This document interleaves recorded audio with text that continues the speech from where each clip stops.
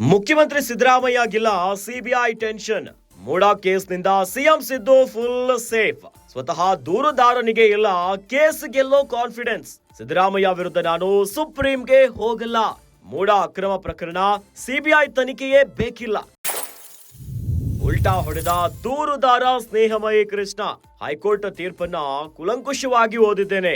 ನನ್ನ ಬಳಿ ಇರುವಂತಹ ಪುರಾವೆಗಳನ್ನ ಪುನಃ ಪರಿಶೀಲಿಸಿದೆ. ನನ್ನ ಕಾನೂನು ಸಲಹೆಗಾರ ಮತ್ತು ಹಿತೈಷಿಗಳ ಸಲಹೆಯನ್ನ ಪಡೆದಿದ್ದೇನೆ. ಹಿಂದಿನ ಕಾನೂನು ಅನುಭವಗಳನ್ನ ಅವಲೋಕಿಸಿದ್ದೇನೆ ಅನ್ನೋದಾಗಿ ಪ್ರತಿಕ್ರಿಯೆ ಕೊಟ್ಟಿದ್ದಾರೆ. ನನ್ನ ಬಳಿ ದಾಖಲೆಗಳ ಮೂಲಕವೇ ಹೋರಾಡ್ತೇನೆ. ಮತ್ತಷ್ಟು ಸಾಕ್ಷಿಗಳನ್ನ ಕಲೆ ಹಾಕಲು ಪ್ರಯತ್ನಿಸುತ್ತಿದ್ದೇನೆ.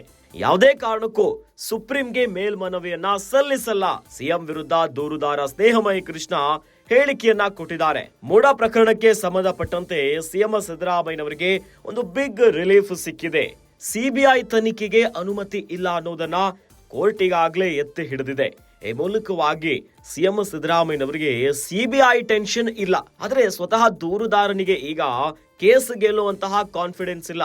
ಈ ಪ್ರಕರಣದ ದೂರುದಾರ ಸ್ನೇಹಮಯಿ ಕೃಷ್ಣ, ಸಾಮಾಜಿಕ ಕಾರ್ಯಕರ್ತ ಆಗಿರುವಂತಹ ಸ್ನೇಹಮಯಿ ಕೃಷ್ಣ ಅವರೀಗ ಸುಪ್ರೀಂ ಕೋರ್ಟಿಗೆ ಹೋಗೋದಿಲ್ಲ ಅನ್ನೋದಾಗಿ ಪ್ರತಿಕ್ರಿಯೆ ಕೊಡ್ತಿದ್ದಾರೆ. ಮೂಡಾ ಅಕ್ರಮ ಪ್ರಕರಣ ಸಿಬಿಐ ತನಿಖೆನೇ ಬೇಕಿಲ್ಲ ಅನ್ನೋದಾಗಿ ಈಗಾಗಲೇ ಕೋರ್ಟ್ ಹೇಳಿದೆ. ಲೋಕಾಯುಕ್ತ ತನಿಖೆನೇ ಮುಂದುವರಿಯುತ್ತೆ ಅನ್ನೋದಾಗಿ. ಆದ್ರೆ ಉಲ್ಟಾ ಹೊಡೆದು ಬಿಟ್ಟಿದ್ದಾರೆ ಈಗ ಪ್ರಕರಣದ ದೂರುದಾರ ಸ್ನೇಹಮಯಿ ಕೃಷ್ಣ.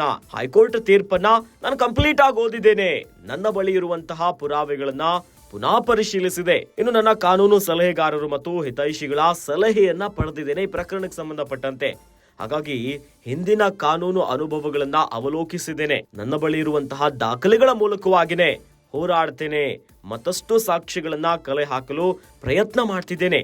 ಹಾಗಾಗಿ ಯಾವುದೇ ಕಾರಣಕ್ಕೂ ಸುಪ್ರೀಂ ಕೋರ್ಟ್ಗೆ ಮೇಲ್ಮನವಿಯನ್ನ ಸಲ್ಲಿಸೋದಿಲ್ಲ ಅಂತ ಈ ಪ್ರಕರಣದ ದೂರುದಾರ ಸ್ನೇಹಮಯಿ ಕೃಷ್ಣ ಅವರೀಗ ಸಿಎಂ ಸಿದ್ದರಾಮಯ್ಯನವರ ವಿರುದ್ಧವಾಗಿ ಹೇಳಿಕೆಯನ್ನ ಕೊಟ್ಟಿದ್ದಾರೆ. ಈ ಮೂಲಕ ಭಾರಿ ಚರ್ಚೆಗೆ ಕಾರಣ ಆಗ್ತಿದೆ. ಅಂದ್ರೆ ಪ್ರಕರಣದ ದೂರುದಾರ ಸ್ನೇಹಮಯಿ ಕೃಷ್ಣಗೆ ಈಗ ಕಾನ್ಫಿಡೆನ್ಸ್ ಇಲ್ವಾ ಈ ಪ್ರಕರಣದ ಬಗ್ಗೆ? ಹಾಗಾಗಿನೇ ಸುಪ್ರೀಂ ಕೋರ್ಟ್ ಮೊರೆ ಹೋಗ್ತಿಲ್ವಾ? ಈಗ ಉಲ್ಟಾ ಹೊಳಿತಿದ್ದಾರ ಅನ್ನುವಂತಹ ಪ್ರಶ್ನೆಗಳು ಭಾರಿ ಚರ್ಚೆಗೆ ಗ್ರಾಸವಾಗಿದೆ.